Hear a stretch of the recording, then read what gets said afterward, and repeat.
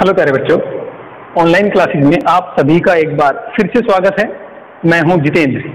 चलिए आज की क्लास स्टार्ट करते हैं। जो आज की क्लास का टॉपिक है वो हमारा नया चैप्टर है लाइंस एंड एंगल्स। अब लाइंस और एंगल्स क्या होते हैं इसको हम इस चैप्टर में डिस्कस करेंगे, और इसको अच्छे से हमें डिस्कस करने के लिए कुछ छोटी छोटी डेफिनेशंस हैं, पहले उनको एक बार डिस्कस कर लेते हैं। उसके बाद हम अपने मेन टॉपिक पे आएंगे जो हमारा लाइन और एंगल है।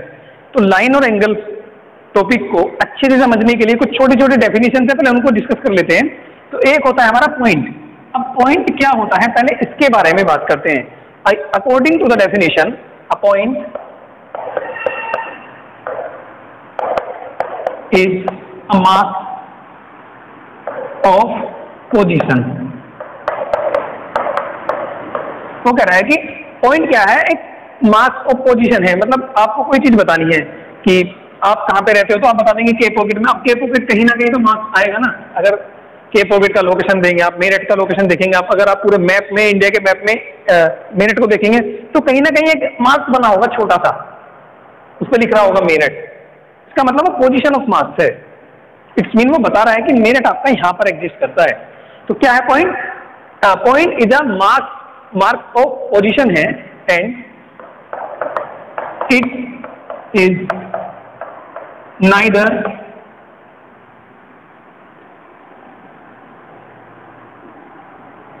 and point, yeah, it is neither length nor width nor thickness।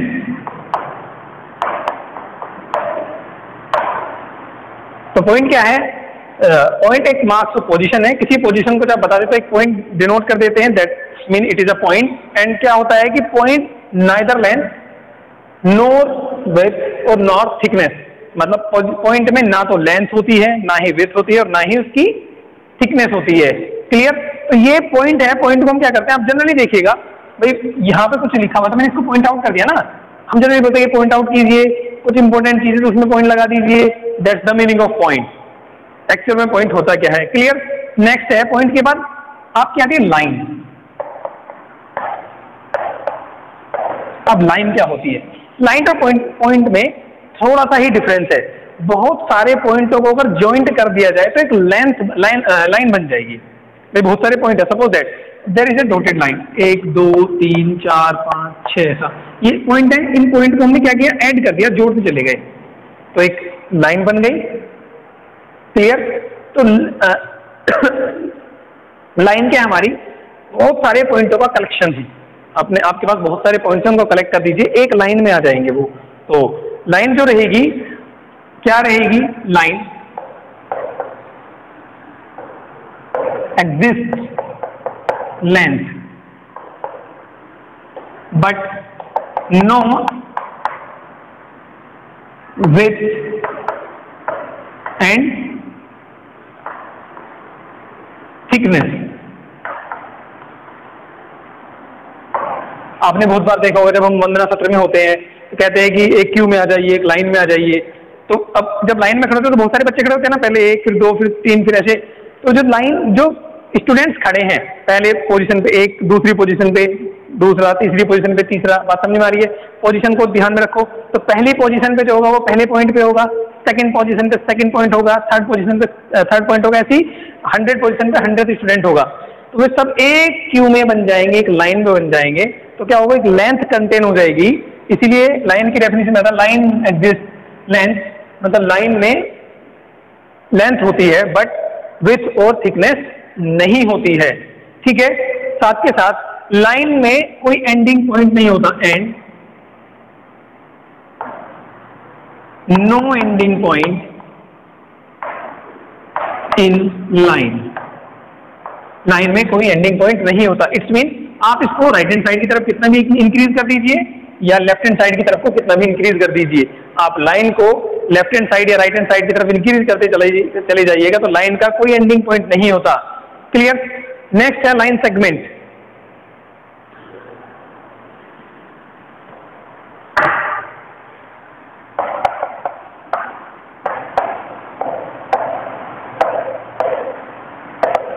अब लाइन सेगमेंट की बात करते हैं। लाइन सेगमेंट मतलब लाइन का एक हिस्सा। लाइन सेगमेंट में क्या होगा, किसी भी लाइन के यदि एंडिंग पॉइंट्स आपको नोन है, if you know the ending points of a line, then it is called line segment. कहने का means the line segment, if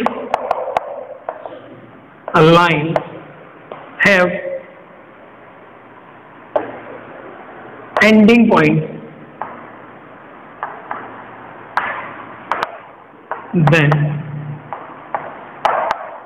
it is called line segment।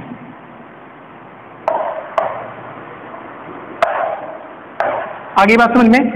अब कहने का मीन्स एक लाइन थी, अगर मैं बता दूं कि इसका स्टार्टिंग पॉइंट A है और एंडिंग पॉइंट B है, तो ये आपका लाइन सेगमेंट हो जाएगा। If the starting and ending point is known by you of a line, then the line is known as line segment. Clear? We know that the ending point of this line, so it is known as line segment. Any doubt? तो line segment में क्या होगा, starting और ending point आपको known होगा। आप जानते हैं कि इसका स्टार्टिंग पॉइंट A है and reaching last point B है। ठीक, ये बिल्कुल ऐसे समझिए, जब अपने अपने घर से चलेंगे तो स्टार्टिंग पॉइंट आपका घर रहा, आप स्कूल पढ़ने आए तो आपका एंडिंग पॉइंट स्कूल रहा, तो एक लाइन बन गई आपके होम टू स्कूल। ठीक है, नेक्स्ट आएगा आपका रे। रेज क्या होती है? अब रेज के बारे में सुनिएगा। रेज क्या होगी, आपके पास एक एनी वन एंड पॉइंट होगा, एक एंडिंग पॉइंट होगा या स्टार्टिंग पॉइंट होगा, और एक आपके पास पॉइंट नहीं होगा। कहने का मतलब ये बिल्कुल ऐसे समझिएगा, जैसे आपके पास हम लोग सन को देखते हैं, सन है आपके पास, सन से सनलाइट आती है ऐसे। भाई सनलाइट हमने देखी है, सनलाइट जब आएंगी तो सन से स्टार्ट होंगी, ये आपके लिए एक इसका स्टार्टिंग पॉइंट हो गया। क्लियर? कि जो सनरेज आती हैं, सनलाइट आती हैं, उनका स्टार्टिंग पॉइंट क्या है, सन। मतलब वो सन से निकलना स्टार्ट करेंगी और आगे लास्ट तक हमें नहीं पता कहां तक जाएंगी। अर्थ तक आ रही है, आगे भी इन फ्यूचर एटमॉस्फेयर में जा रही हैं, सॉरी एटमॉस्फेयर में जा रही हैं, सब कंट्रीज में जाती हैं, जितना भी एटमॉस्फेयर है सारे में सनलाइट आती हैं। तो इसका स्टार्टिंग पॉइंट कितना है, सन। एंडिंग पॉइंट हमें पता नहीं, तो इसीलिए तो सनलाइट को सनरेज बोला जाता है, कि स्टार्टिंग पॉइंट आपको पता होता है रेज का, लेकिन एंडिंग पॉइंट हमें नहीं पता होता। It's mean a rays the point of a line. तो डेफिनेशन क्या हो जाएगी, a rays is a part of line whose one ending point is fixed। ठीक है, यही समझा रहे थे कि एक एंडिंग पॉइंट या स्टार्टिंग या एंडिंग पॉइंट हमें पता होता है, तो क्या होता है, a ray is a part of line whose one ending point is fix. जैसे सनरेज है, सनरेज का एक एंडिंग पॉइंट फिक्स है कि सन से ही आएंगी। क्लियर? तो हमें पॉइंट, लाइन, लाइन सेगमेंट्स और रेज, इनके बारे में डिस्कस किया। अब इनकी हेल्प से डिस्कस करेंगे एंगल्स का। चलिए अगर बात करें एंगल की, तो एंगल की डेफिनेशन है हमारी, an angle is form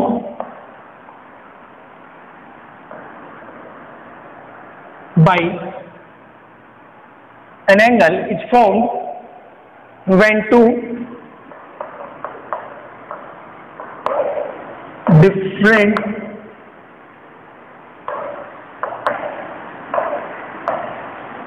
line segment or rays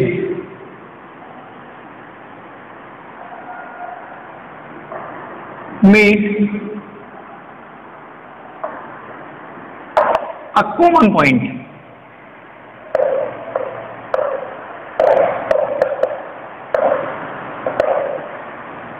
definition क्या कहती है, an angle is formed when two different line segment और rays meet a common point. अगर कोई दो लाइन सेगमेंट या दो रेज एक कॉमन पॉइंट पर मिल जाएं, like suppose that A B is a line segment, ठीक है, और A C is another line segment, यहाँ पे सी मान लिया हमने। तो ये देखिएगा यहाँ पे जो ए पॉइंट है ये आपका कॉमन पॉइंट है, this is known as common point. जब ये हमारा कॉमन पॉइंट रहेगा तो according to the definition if two rays A B या लाइन सेगमेंट, बात एक ही है, रेज ले लीजिए लाइन सेगमेंट, कोई प्रॉब्लम वाली बात नहीं है। If two line A B and A C meet at a common point, the point A is known as common point, then the angle क्या होगा, फॉर्म्ड होगा, this is known as theta. Theta is the name of any angle, आप alpha beta gamma कुछ भी रख सकते हैं। तो डेफिनेशन कहती है अगर दो लाइन सेगमेंट या दो रेज किसी एक कॉमन पॉइंट पर मिलती है तो फॉर्मेशन ऑफ एंगल होता है। जब भी दो लाइन या दो रेज कहीं पर एक कॉमन पॉइंट पर मीट करेंगे तो फॉर्मेशन ऑफ एंगल हो जाएगा, ठीक है। और इसको हम लोग ये थीटा बी क्या फिर एन एंगल हो जाएगा आपका। ये थीटा आप ए बी सी डी कुछ भी रख सकते हैं, उसमें कोई टेंशन वाली बात नहीं है। तो मैंने मेंशन कर दिया कि एंगल क्या है, थीटा, हमने मान लिया, ठीक है। तो याद रहेगा एंगल क्या होगा, एंगल का फॉर्मेशन कैसे होता है, when two different line segments और a rays meet a common point then an angle will be formed. Clear. अब एंगल के कुछ काइंड्स भी होते हैं। Now we will talking about the kinds of angle. Now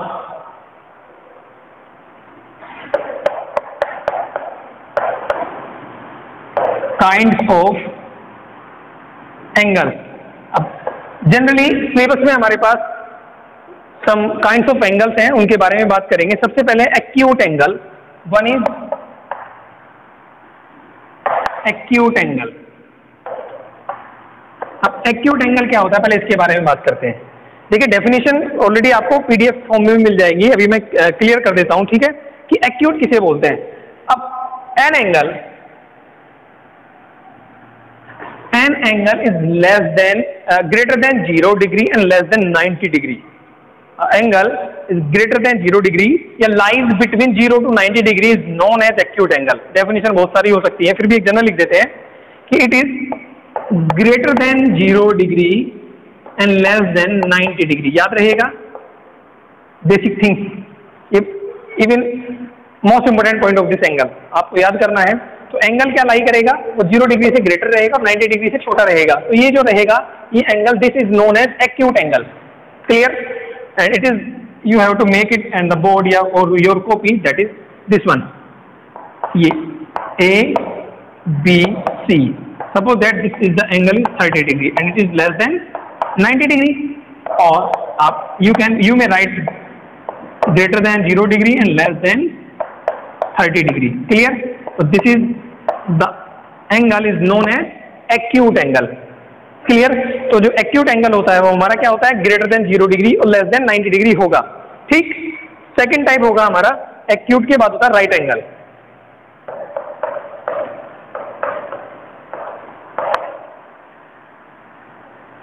right angle होगा आपका exact 90 degree, means angle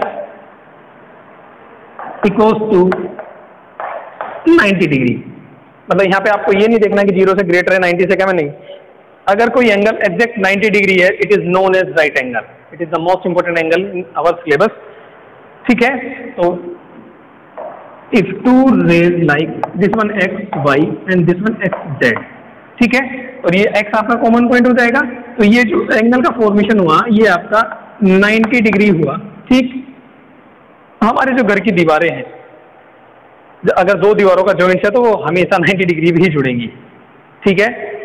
जो घर की दीवारें होती हैं, छत और दीवारों का कॉम्बिनेशन देख लीजिएगा, दो दीवारों का एडिशन देख लीजिएगा, मोस्टली 90 डिग्री पे ही ऐड होती हैं, ठीक। तो 90 डिग्री क्या आपका exact the angle whose values is exactly 90 degree is known as right angle, ठीक है। अब बात करते हैं थर्ड है आपका obtuse angle.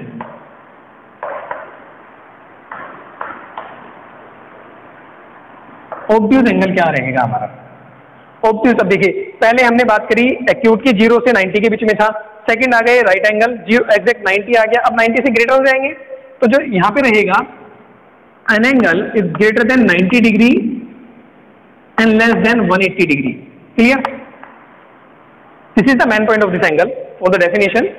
N angle which has the value of an angle which is greater than 90 degree and less than 180 degree is known as obtuse angle. ठीक, अब ऑब्ट्यूज एंगल को आप अगर ड्रॉ करना चाहते हैं तो this one is a line X Y, तो 90 डिग्री देखिए यहाँ पे था 90 डिग्री आपका, तो सीधी सी बात है 90 से ग्रेटर होगा तो ऐसे जाएगा भाई, 90 तो यहाँ तक हो गया ना हमारा, तो यहाँ से आगे आएगा तो क्या बन जाएगा ऑब्ट्यूज। सपोज दैट 110 है, I don't know which is the angle of this one, this two line measure करके देख लेंगे, तो this is the 110 and less than 180 degree, so it is an obtuse angle. Clear. Obtuse के बाद next आता है हमारा स्ट्रेट एंगल, तो आफ्टर दैट फोर्थ है straight angle.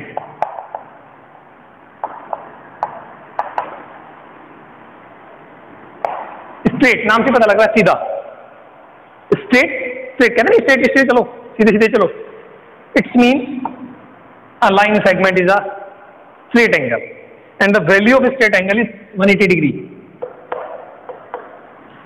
So angle equals to 180 degree. Clear? If the value for angle is exact 180 degree is known as straight angle, means कोई भी सीधी line एक straight angle होती है। After straight angle, now the fifth number of kind of angle is reflex angle.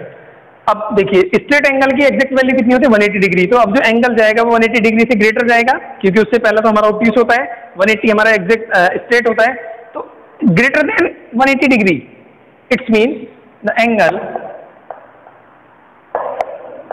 Greater than 180 degree and less than 360 degree is known as reflex angle. Clear? So definition of the reflex angle will be the an angle which is greater than 180 degree and less than 360 degree is known as reflex angle, and it is represented as this one. AB is a line segment, an angle is formed as like this. Then the angle of this one is known as reflex angle. Maybe the value of this one is 210. I don't know what is this, but assume कर लेते हैं कि assume किया कि angle, और ये जो angle लिखे जाते हैं इनको रिटन में कैसे लिखा जाएगा, देखा जाएगा angle BAC, that is angle BAC equals to 210 and this angle is known as reflex angle. And after that the last one is complete angle. Complete angle नाम से पता लग रहा है, देखिए कंप्लीट एंगल, कंप्लीट मतलब आप एक राउंड पूरा कर दीजिए, कंप्लीट हो जाएगा।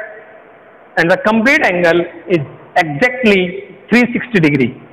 तो complete angle हो जाएगा आपका, the value of angle exact 360 degree is known as complete angle. ठीक है, suppose that this is a line segment and you are here and you complete a round like this.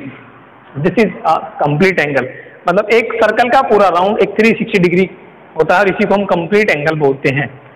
ठीक है, आगे बात समझ में, हमारे काइंड्स ऑफ एंगल के हिसाब से सबसे पहला था हमारा acute angle, after that right angle, after that obtuse angle, after that straight angle, after that reflex angle, last one is complete angle. Clear. अब एंगल से रिलेटेड कुछ और पॉइंट्स हैं, उनके बारे में बात कर लेते हैं।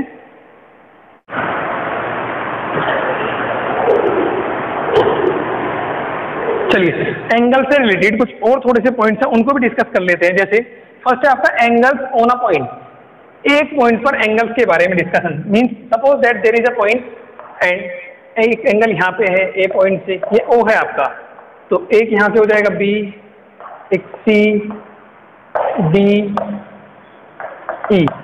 ठीक है, तो एक पॉइंट पे बहुत सारे एंगल बन रहे हैं, तो यहाँ पे एक एंगल ये बन रहा है आपका, एक यहाँ पे बन रहा है, एक ये बन रहा है, एक ये बन रहा है, एक ये बन रहा है, तो 1 2 3 4 5 एंगल बन रहे हैं। तो जब एक पॉइंट पर बहुत सारे एंगल होंगे तो उनमें क्या रिलेशन होगा उसके बारे में बात करते हैं। तो एंगल बने हमारे पास, देखिए एंगल रीड कैसे किए जाएंगे। एक तो ये बन रहा है AOB, BOC, COD, DOE और EOA। कहने का मीन्स जो एंगल लिखे जाते हैं, जिस पॉइंट पर एंगल बनना है उसको हमेशा हमें मिडिल में लिखना है और 3 पॉइंट्स हमें मेंशन करने होते हैं। जैसे AOB है आपका, तो AOB plus angle BOC plus angle COD plus angle DOE plus angle EOA। अब इन सब का सम जो होगा वो कितना हो जाएगा, एक कंप्लीट एंगल के बराबर हो जाएगा। It's mean the sum of the angle formed and a point will be 360 degree. अगर हमारे किसी पॉइंट पर बहुत सारे एंगल बने तो उन सबका जो सम होगा वो 360 डिग्री होगा। इट्स मीन एक कंप्लीट एंगल होगा। क्लियर? आगे बात समझ में। अब उसके बाद दूसरी बात, दूसरा जो पॉइंट है वो है angles on the same side of a straight angle. Suppose that there is a straight angle. Clear? Straight angle 180 degree हो गया। अब यहाँ पे एंगल्स आ जाएंगे। एक ये हो गया, ये ए था, ये बी, ये ओ ले लीजिए, बी यहाँ पे आ जाएगा। एक एंगल यहाँ पे आ गया आपका सी, एक आपका एंगल यहाँ पे आ गया डी, और ई आपका यहाँ पे है ही, क्योंकि स्ट्रेट एंगल दो लाइन सेगमेंट होंगे होंगे। ठीक है? अब इनका सम कितना आएगा? तो sum of angle on the same side of a straight angle will be 180 degree. Straight angle है तो स्ट्रेट एंगल से ज़्यादा हो नहीं सकता, तो इनको लिखा कैसे जाएगा? एंगल, अगर इसको हमने ए ओ पॉइंट माना तो A O B, B O C, C O D, D O E, तो ये हो जाएगा आपका angle A O B plus angle B O C plus angle C O D और plus D O E equal to हो जाएगा straight angle. Straight मतलब 180 degree. आगे बात समझ में आई? ये छोटे छोटे पॉइंट्स हमें क्वेश्चन को हेल्प सोल्व करने में बहुत ज़्यादा हेल्प करेंगे। ठीक? तो स्ट्रेट एंगल पर अगर कितने भी एंगल से, चाहे 50 भी बने हैं तो सबका सम 180 डिग्री ही होना है, अगर स्ट्रेट लाइन पे एंगल्स बने हुए हैं देन। ठीक? और लास्ट वन है इसका एडजेसेंट एंगल्स। एडजेसेंट क्या होते हैं? अगर हमारे पास कोई दो एंगल्स हैं, suppose that there is angle और एक एंगल ये आ गया, ये ओ, ये आपका एक्स, यहाँ पे वाई और यहाँ पे आपका जेड। पहले सुन लीजिएगा ध्यान से। तो आपके पास एक एंगल था एक्स ओ जेड, इसमें एक हो रहा है एक्स ओ वाई और वाई ओ एक्स। अब एडजेसेंट क्या होगा? अगर कोई दो लाइन सेगमेंट या दो एंगल एक ही पॉइंट से फॉर्म हो रहे हैं, भाई दो एंगल बन रहे हैं आपके कौन कौन से? एक तो ये एक्स ओ वाई और एक बन रहा है वाई ओ जेड। तो formation of angle X O Y and Y O Z at the same point. ठीक है? एक बात समझ में आ गई, अगर एक ही पॉइंट से दो एंगल का फॉर्मेशन हो रहा है। दूसरी बात, if the common any two angle which has a common side या common line segment is known as adjacent angle. आपके पास दो एंगल बन रहे हैं और उनमें दोनों में एक कॉमन लाइन सेगमेंट है। If a common line segment exist between two angle is known as adjacent angle. तो दो एडजेसेंट एंगल कब रहेंगे? जब दोनों में कोई कॉमन लाइन सेगमेंट आ जाएगा। ठीक है? और एक ही पॉइंट पर बन रहे हैं, क्योंकि भाई कॉमन लाइन सेगमेंट तभी आ सकता है जब वो एक यूनिक पॉइंट पर बन रहे हो। क्लियर? तो एडजेसेंट एंगल की डेफिनेशन क्या हो जाएगी हमारी? Two angles are said to be adjacent angle if they have a common vertex and a common arm या common side। ठीक है? बात समझ में आ गई डेफिनेशन से भी कि अगर कोई दो एंगल में एक कॉमन पॉइंट या कॉमन वर्टेक्स है और उनमें एक कॉमन लाइन सेगमेंट या लाइन या साइड है या आर्म है, तो वो आपका एडजेसेंट एंगल हो जाता है। ठीक? यहाँ तक तो कोई दिक्कत नहीं। चलिए अब बात करते हैं क्या कि लीनियर पेयर ऑफ एंगल्स। अब लीनियर पेयर ऑफ एंगल क्या होता है? अभी हमने पढ़ा कि एडजेसेंट एंगल होते हैं। एडजेसेंट एंगल क्या थे हमारे?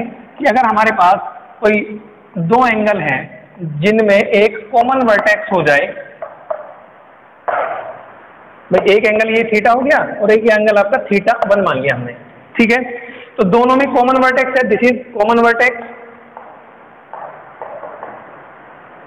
According to the definition of adjacent angle, there exists a common vertex and a common side और बात एक ही है। तो जो एडजेसेंट एंगल होता है उसमें कॉमन वर्टेक्स और कॉमन आर्म होती है। ठीक? अगर हमारे किसी एडजेसेंट एंगल का सम 180 डिग्री हो जाए, sum of two adjacent angle, that is जो लीनियर पेयर ऑफ एंगल है, sum of adjacent angle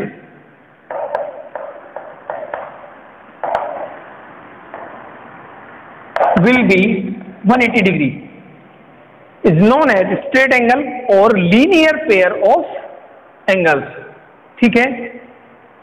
If the sum of adjacent angle will be 180 degree, that angle is known as linear pair of angle. Clear? इसको अगर हम general form में लिखे तो ऐसे लिखा जाएगा एक्स ओ जेड और plus angle Z O Y बराबर कितना आ गया आपका 180 डिग्री। तो this is a linear pair of, ठीक है, लीनियर पेयर ऑफ एंगल। इसको लीनियर पेयर ऑफ एंगल के नाम से ही जाना जाएगा अगर दो एडजेसेंट एंगल का सम 180 डिग्री है। क्लियर? नेक्स्ट है आपका कितना, क्या, कॉम्प्लीमेंट्री एंगल। कॉम्प्लीमेंट्री एंगल होता है हमारा sum of two angle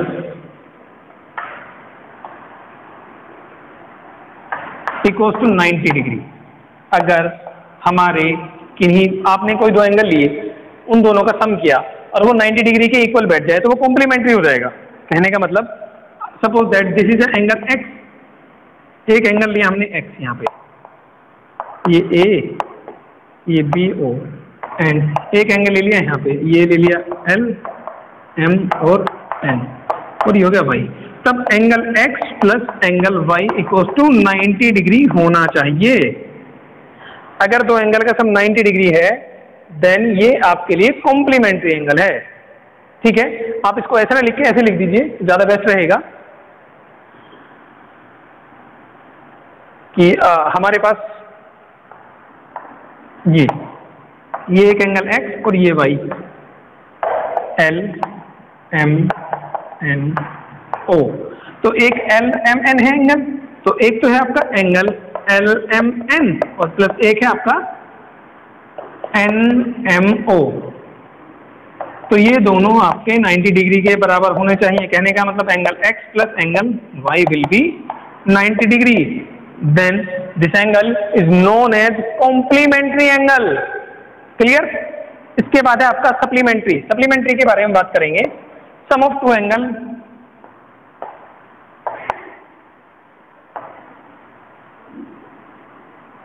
equals to 180 degree, it is known as supplementary angle. That is there is angle, ये बिल्कुल आपका लीनियर पेयर की तरह हो जाता है सप्लीमेंट्री एंगल एक्चुअल में। ठीक है, तो जो हमारा लीनियर पेयर ऑफ एंगल है वो आपका सप्लीमेंट्री एंगल ही हो जाएगा। और सम ऑफ टू एंगल कितना हो जाएगा आपका 180 डिग्री। सपोज दैट ये एन ए और this one is B, X Y Z O. तो इनको सम कीजिए फटाफट, तो ये आ जाएगा angle X O Y angle Y O Z equal to कितना है 180 degree. Then this angle is known as supplementary angle. आगे बात समझ में, linear pair of angle, complementary angle and supplementary angle. अब बात करते हैं वर्टिकली ऑपोजिट एंगल की। वर्टिकली ऑपोजिट एंगल क्या होते हैं हमारे, उसके बारे में थोड़ी सी चर्चा करेंगे।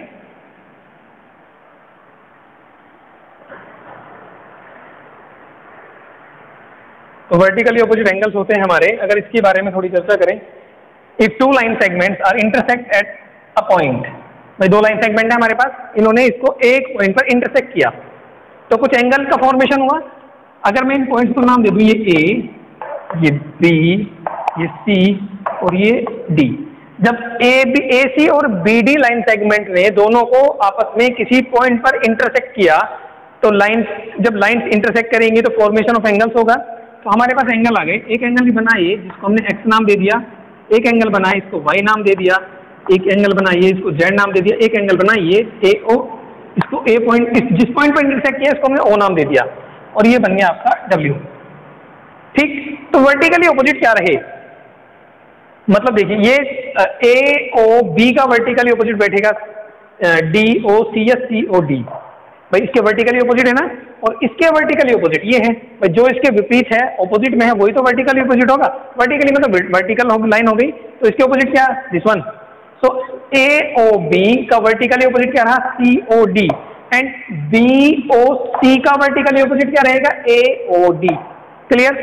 तो जो वर्टिकली ऑपोजिट एंगल होते हैं वो इक्वल होते हैं, कहने का मीन्स ये है। ये तो समझ में आ गया कि वर्टिकली ऑपोजिट एंगल क्या होते हैं। भाई वर्टिकल के ऑपोजिट जो एंगल होगा वो वर्टिकली ऑपोजिट एंगल होगा। ठीक है, तो according to the vertically opposite angle आपका angle A O B equal to किसके रहेगा, सी ओ डी के, एंगल सी ओ डी के, and B O C, and angle B O C किसके बराबर रहेगा, ए ओ डी के, angle A O D के। ठीक है, तो ये हमारे कुछ एंगल से रिलेटेड कॉन्सेप्ट थे। जिनकी हेल्प से एक्सरसाइज को सोल्व करने में बड़ी आसानी होगी।